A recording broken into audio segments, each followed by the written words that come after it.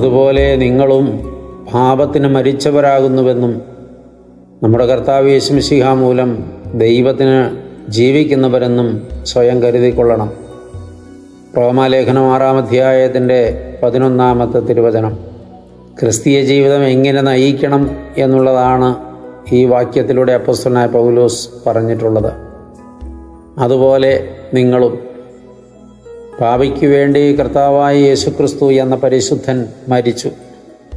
അവൻ പാപിയായതുകൊണ്ടല്ല, പാപിയുടെ പാപം ഏറ്റെടുത്തത് കൊണ്ടാണ് അവൻ ശിക്ഷയേറ്റ് മരിച്ചത്. എന്നാൽ അവൻ മരണത്തിൽ അസ്തമിച്ചില്ല. മരണത്തെ പരാജയപ്പെടുത്തി അവൻ ഉയർത്തെഴുന്നേറ്റിരിക്കുന്നു. എന്നാൽ ഒരു വിശ്വാസി ഈ വീണ്ടെടുപ്പിന് വിധേയനായി തീർന്നിരിക്കയാൽ പാപത്തിന് മരിച്ചവരായിരിക്കണം.